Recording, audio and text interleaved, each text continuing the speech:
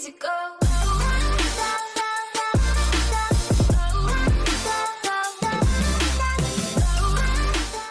What up, broadcasters? Welcome back to the Buc Bros podcast. Woo, what a week one it was. Glad that football's back, and I'm sure you guys are too. And what a game we had Thursday. I'm sure we didn't expect it to be as close as it was, but we definitely got a great game to start off the season. And the Bucs pulled it out at the end with a game-winning field goal with 2 seconds remaining on the clock. 31-29 Buccaneers victory. So we're starting off the season 1-0, just as we all predicted, but probably not the way we thought it was going to go. But let's welcome back the other Buc Bros, Buc Bro John, Buc Bro Ryan. What up, guys? How's it going, fellas? Hey, what's up, boys? Hey, guys. So I think, let's just kind of get right into it. Let's start with you, Buc Bro John. What were your thoughts about the game, man? It was a really entertaining game, which is nice. I was afraid that this man to being a boring blowout, and that's absolutely what it was not. Saw a lot of good things, and I saw a lot that we need to work on still. And I know it's early in the season still. It's only game one, but what I saw was no hands. Our receivers dropped a lot of passes, and our DBs dropped a lot of interceptions. So if there was one thing that I'd be looking for us to work on in the coming weeks, it's going to be catching the football. We had 2 dropped interceptions in the first half that could have led this game to being well out of reach of the Cowboys. And Chris Godwin, I mean, he had an open touchdown drop, and then he had a fumble in the end zone, and Leonard Fournette had a drop pass that turned into an interception, and Ronald Jones had a fumble. And those are the things that keep opponents in the game and make people like Tom Brady and everyone else have to step up and do something extra to pull out a win. And so those are things, that I saw that I would like to see better. One of the things that I saw that I loved was Rob Gronkowski. Gronkowski comes in, he's 8 for 8 for 90 yards, 2 touchdowns. Looks strong, looks fast. And if that's going to be something that we have this season, is a healthy, in his form Rob Gronkowski, this team is going to be electric. And we know what kind of weapon he can be for Tom Brady. And seeing that unfold in this game kind of flew under the radar with everything else that was going on. But I loved seeing it. Yeah, as far as a week one game goes, it's kind of a blessing in disguise. We walk away with a W, which is all you can ask for. It doesn't matter how you get them in the NFL. But a lot of things that I saw that need to be cleaned up, and first and foremost, are just those easy self-inflicted mistakes, penalties and turnover. I think we gave up more than 100 yards of penalties, which, as you know, playoff teams don't self-inflict wounds on themselves. That stuff isn't going to fly going forward. And luckily, we weren't as self-inflicting as we could be in terms of it net result in a loss. So we'll take the win, but I think there's a lot of things to clean up for it. The good thing is Tom Brady seems to be on his game, much like Rob Gronkowski. He came out firing, and he seems to be, really he had 2 interceptions, but one was Leonard Fournette's fault, who couldn't catch screen pass, and the other was a Hail Mary at the end of the half. So he looks on fire. He looks like he picked up right where he left off. And the offense looks like it can churn out points at will. We seem to have a nice groove going on where we get 30 or 31 points, and that's enough for us to win games. But definitely need to clean up all of the penalties and the turnovers. Not going to win a lot of games if you're -3 over turnovers and you give up 100 yards of penalties. So good win, a lot of cleanup. Yeah, I agree with you guys 100%. Obviously, the turnovers were a big deal in this game. It gave the Cowboys field position. It also took points off the board when we talk about Godwin's fumble into the end zone. And, that's something we definitely got to clean up as we go forward. And the penalties, a lot of undisciplined penalties out there. Yeah, they're gonna happen in the game, and we did do a great job last year at I think after the Chicago game, we were one of the few, or one of the teams with the fewest penalties in the league. So that was a point of emphasis last year, and I'm sure it'll be a point of emphasis going forward this year. Is we can't beat ourselves, right? And that's what you guys were saying. That was kind of old buck ball, right? We did everything we could to beat ourselves, but we finally kind of got out of that habit last year. Some of those habits seem to trend back toward the negative in this game, but it's just the first game. And I'm sure we'll clean it up as we go forward. The other thing that was concerning too for me was that our depth in the secondary was really tested this week as well, right? Sean Murphy Bunting, who just went on the IR today, was knocked out on the second drive when they scored that touchdown. Russ Cockrell had to come into the game.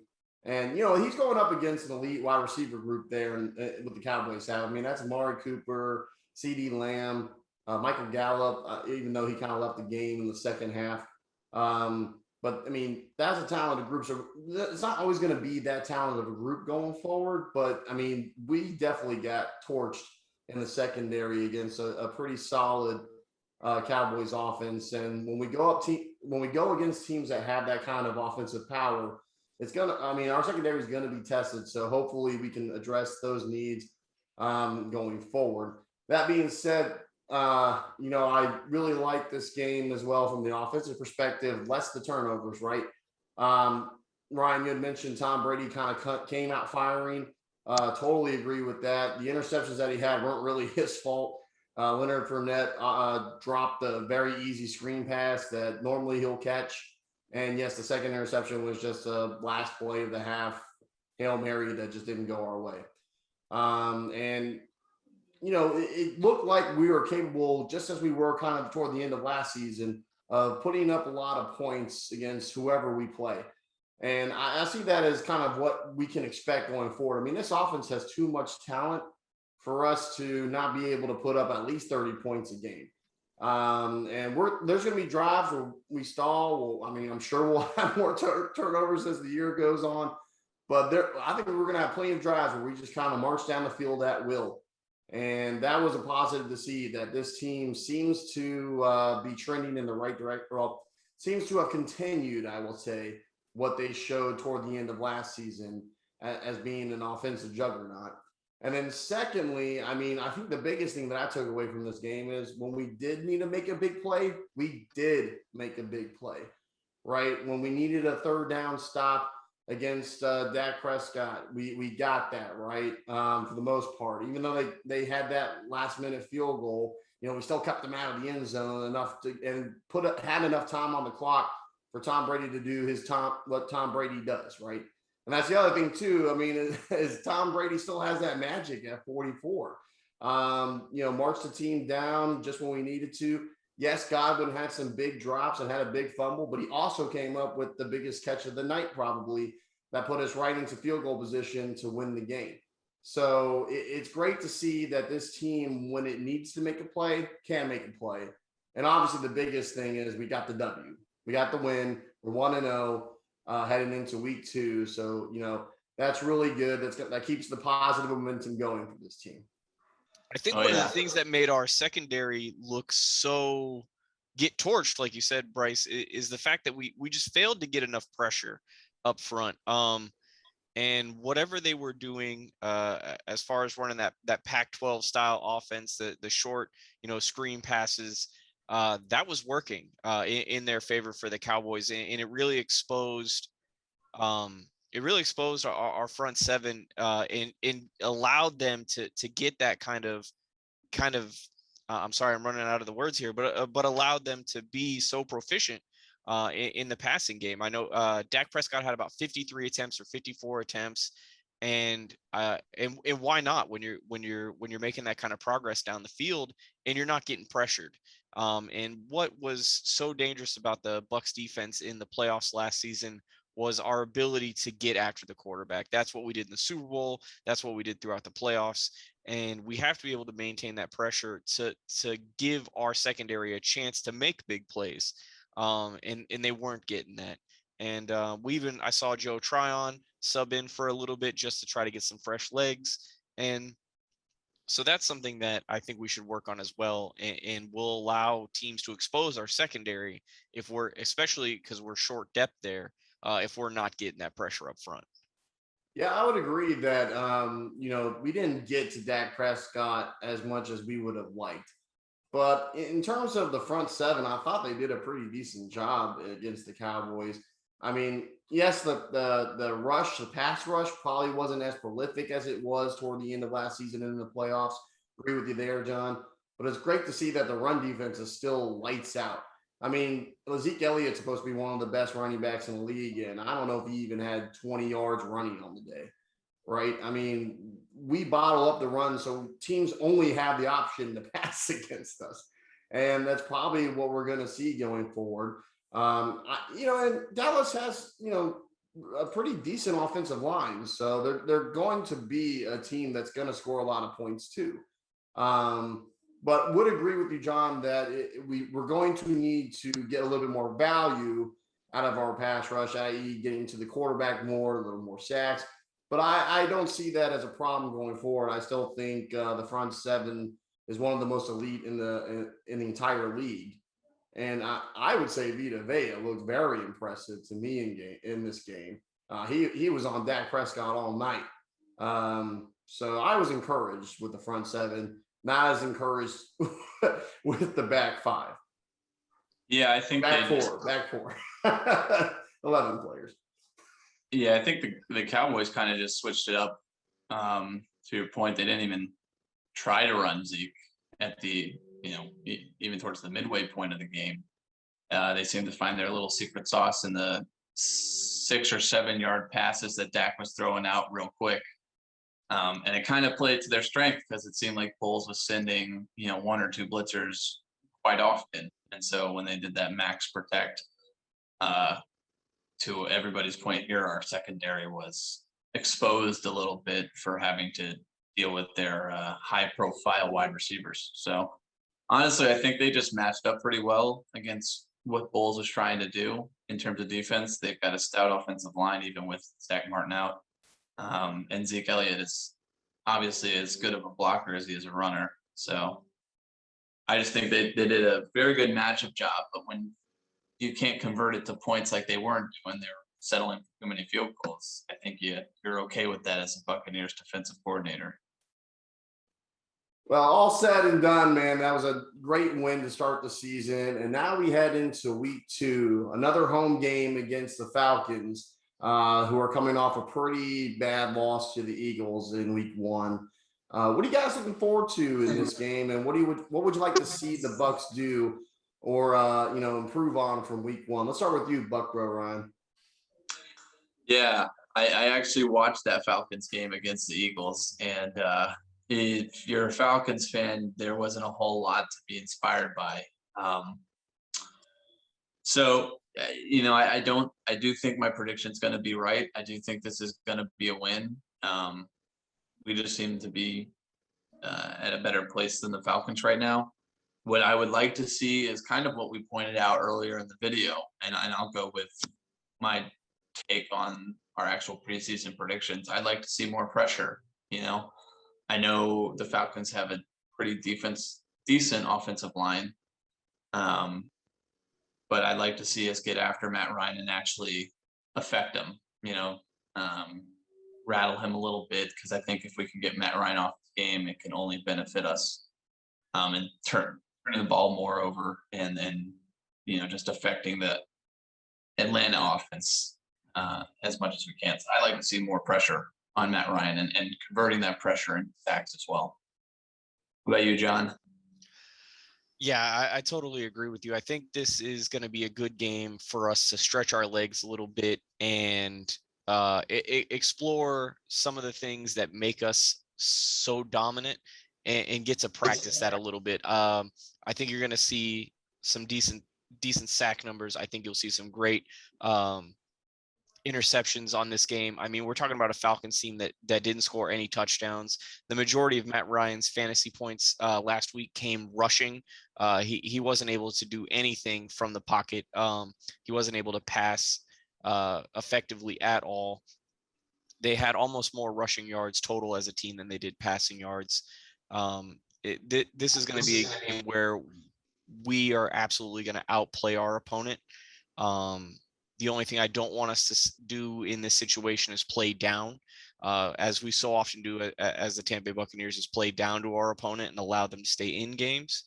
And I know people will say, well, it's a division game and, anything can happen on Sunday, but this is a game we should out and out win, and use this as an exercise to work on some of the things that we need to work on, which is getting the balls in the hands of people like Mike Evans, getting him involved, getting guys like OJ Howard, and finding out if this is going to be a season where they can produce and actually catch the football, and give our running game an opportunity to actually get on the field and score some points. Yeah, I'm with you guys as well. I do think that this is, as we said in our season predictions, that this is going to be a win, and I think it's going to be somewhat of an easy win come Sunday afternoon if we don't do what we did in week 1. And that's what I kind of want to see, and that is cleaner football. Yeah, no, few turnovers, or at least win the turnover battle, and a lot fewer penalties. Don't make undisciplined mistakes. No personal foul penalties, right? So, that is something that I'd like to make sure we try to improve on into week 2. And yes, I would agree also with John on I'd like to see some of the other offensive playmakers get into the action this week as we play Atlanta. They don't really have a great defense. And I was watching a little bit of that game too against the Eagles, Ryan, and it looked like the Eagles were just running all over Atlanta. So I'd like to see the running backs get involved, a little bit more of the running game. I got Ronald Jones on my fantasy team, and he put up a negative score for me this week after he fumbled that ball. And I don't want to send him to the bench yet. I love RJ too. I want to start him, but I need a little more production out of him. So I'm hoping he gets a few more touches, breaks a few ones, gets out of the doghouse, and we open it up a little bit there. And then, yes, from a defensive perspective, hopefully the secondary can play better, and maybe it'll play better, like you said, John, if we can get a little bit more pass rush and get to Matt Ryan. It's kind of interesting that Matt Ryan, this is what makes Tom Brady so great. He's 44, and he seems like he's still 34 or even 24, zinging the ball around, throwing deep. But Matt Ryan, who's younger than Tom Brady, seems to really have kind of be on the downward spiral, not downward spiral, but on the downward trajectory of his career, right? He just doesn't seem like that MVP he was in 2016. And with a mediocre offensive line, and that's at best mediocre, I think we should see an improved pass rush this week. Yeah, and I completely agree with you about the rushing game. Jalen Hurts had more rushing yards than the Tampa Bay Buccaneers or the Cowboys had total this past week. So I mean, this is definitely an opportunity for us to establish the ground game and really see what we have in our stable of running backs. Yeah, and my fantasy team is screaming for Mike Evans to get more than 3 catches in this, prior game against the Cowboys. So hopefully all the offensive weapons go off against Atlanta and we just crush them. I like it. Speaking of fantasy players, I know a lot of us are playing fantasy, and I know our viewers are probably playing fantasy as well. Who do you guys think on the Bucs is your breakout fantasy player for this game? Ryan Suckup. I hope not, man. We were just talking about we need some more production. But yeah, go ahead, John. Who do you think? Ryan Suckup. I just picked him up off waivers. That's my guy. I'm putting him in this week. That's right. Ryan Suckup. I wasn't able to play him this past week because the Bucs started on Thursday night, and I had Zerline, which is unfortunate, but that was an auto draft issue that I don't want to talk about. So no, Ryan Suckup, he's the man. I'm putting him in this week. I think he goes big, and that's gonna be my guy. I know everybody's in there thinking, oh, we got to get an RB1 in there, maybe get some points, or, we'll start Antonio Brown. But no, Ryan Suckup is going to be kicker of the week on fantasy. That's how you close it out in a fantasy week, is you need those little extra points that get you over the hump, and that's going to be Ryan Suckup, 11 points this week. I'm calling it. Yeah. Hey, people underestimate the kickers. I like it. I'm going to go third string tight end, though. Cameron Brate always seems to play the Falcons hard. I think he's going to get at least one touchdown in this game. If you've got him, start him. I don't know why you would have him, but if you do, go ahead and start him. He's going to get some touches. That's a nice little for anybody out there that, maybe their tight end didn't do so well or has gone down in injuries. That's a nice little pickup there for this week. So great answers, guys. I think I'm going to go with who I said I'd like to see get some more touches. And this is probably just a selfish pick of mine, but I think Ronald Jones is going to have a good game here. I know Fournette got most of the touches last game, but, I think RJ is going to get his touches. And when he gets his touches, he's going to find some gaps and running lanes. And he's got that extra gear that Fournette really just doesn't have. And I think he takes one of the house in this game. At least one touchdown is what I'm calling. So for all those fantasy owners that have RJ too, he was probably on the bench smartly in week 1. Well, get him off the bench and put him in at least as a flex for this week. You won't be sorry you did. I actually have him on my bench at negative 0.6 points this week. So I'm going to take that advice. I'm going to put him in this week. Aha. All right, Buc Bro fans. This has been our follow-up to the week 1 game, Bucs Cowboys. This was a win, our first win of the season, hopefully the first of many. We look forward to the Falcons next week at home. And as we always say, go Bucs. Go Bucs. Go Bucs. I'm sure it pained John to see Jameis throw for 5 touchdowns on Sunday. Less than 150 yards and 5 touchdowns. No interceptions either. To be fair, one touchdown was definitely a handoff that they went back and credited as a passing touchdown, but I'll ignore that. He did look good, and we all know that he can have flashes of looking good. We'll just see what happens and how everyone feels on his next 3 or 4 interception game where he throws it away late. But everybody has their days.